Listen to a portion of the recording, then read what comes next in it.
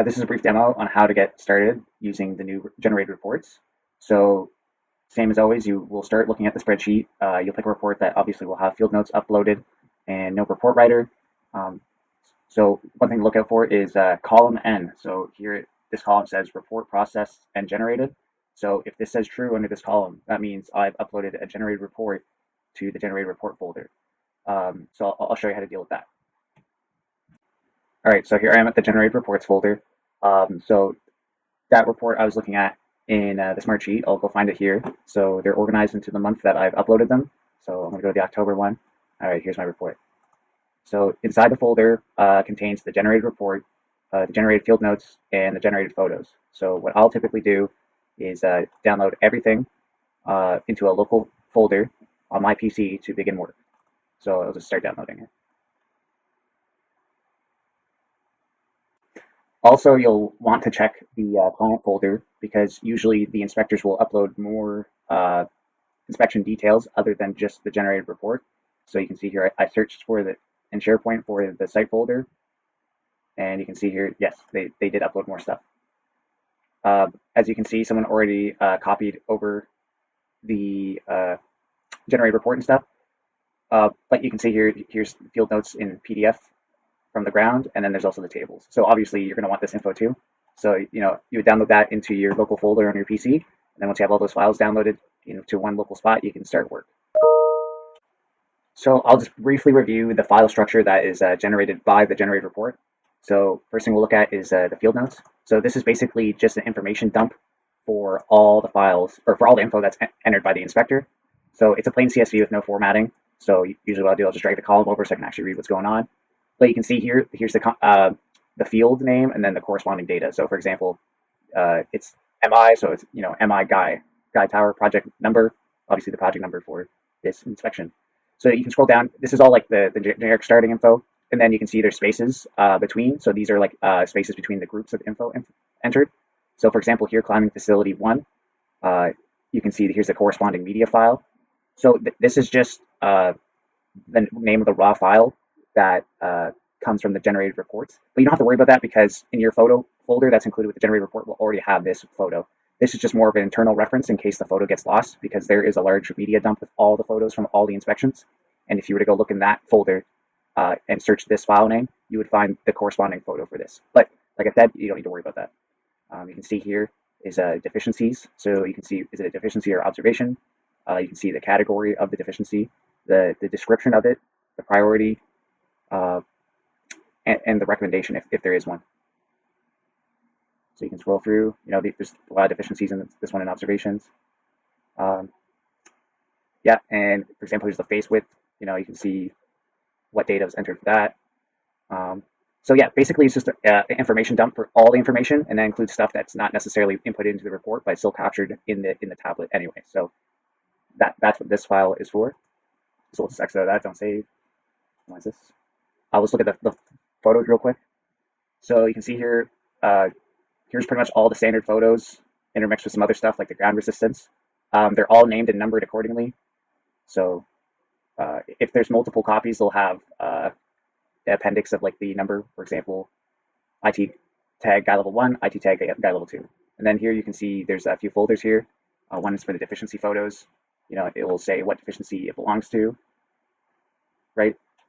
And there will also be observation, same thing, just the photo of the observation, and the site layout. So there might be more folders here depending on what info was entered into the form when the inspector was inputting it, but generally it's going to look like this. And now the last thing is to look at the report. So this is a report that I haven't touched. It's all generated. So the first thing I want to do is enable the macro content view. All right, so that usually refreshes the page. Usually do a quick look through to see if there's anything blatantly missing or if it's like it actually generated correctly. So it looks like it did because you can see the deficiency table and the deficiencies, right? We'll just do a quick scroll through. This has a bunch of weird text in it because there was no maintenance completed submitted at all. So it'll just stay like this. It's pretty easy to deal with. You just drag and select, hit the delete button, there it's gone. And then you can just put in no maintenance found or no maintenance items during the inspection or whatever the standard response is there. So you can see here's the photos. Looks like most of them got in. It does not generate tables.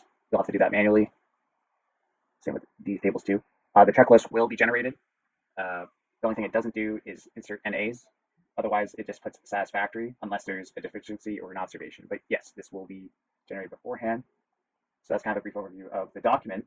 Now I'm going to show you how to implement the macros, which are basically just time-saving scripts that automate some of the tedious processes of writing one of a typical Rogers report.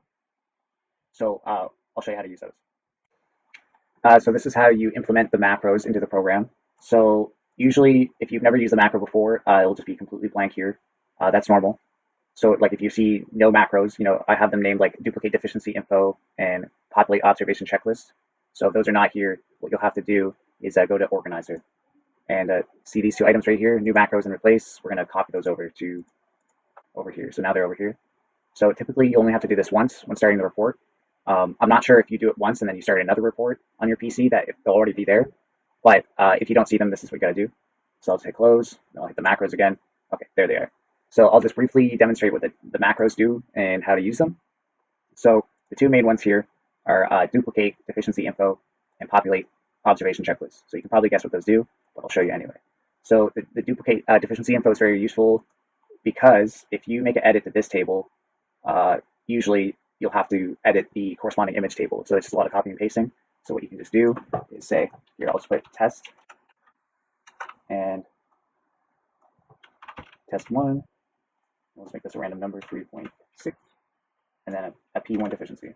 All right, so I modified my deficiency. So now I go to the macro and I hit duplicate deficiency info. I hit run.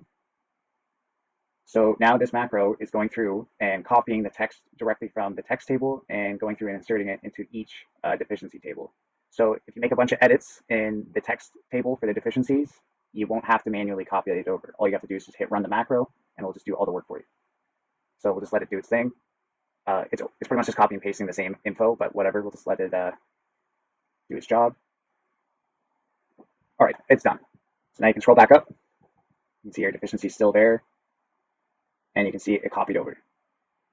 So that's very useful. Also, another tip to use in conjunction with this macro, say for example, oh, I need to edit this deficiency, but now you can see, obviously they're not ordered.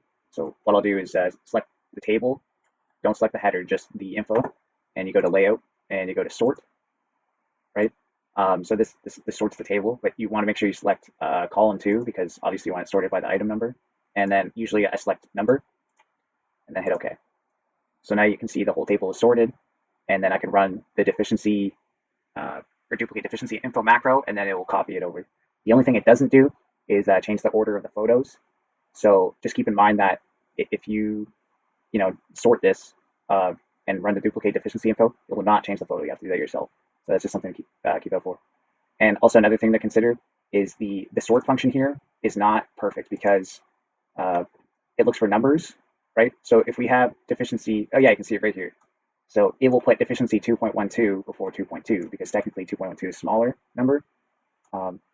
This doesn't happen too often where you have two deficiencies like this, but if you do, you're just gonna have to copy, or you're just gonna have to copy and paste rows. So you can just copy this row and paste it above this one.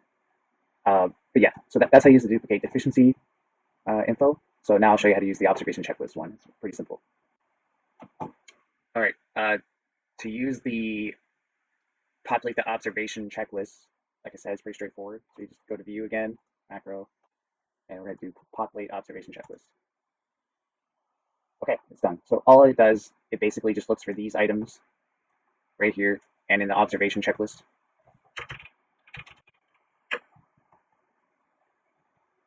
So it will automatically populate all these check marks for you. So just to demonstrate its capability, let's go back up, change this to 1.1, 1.2, and 1.3. All right, so if we run the macro again,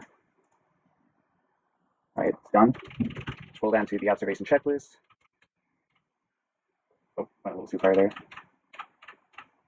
Now we can see they're all marked as unsatisfactory. So that just saves a lot of the copying and pasting of like making sure your arrows or your check marks are properly inserted in the right spot.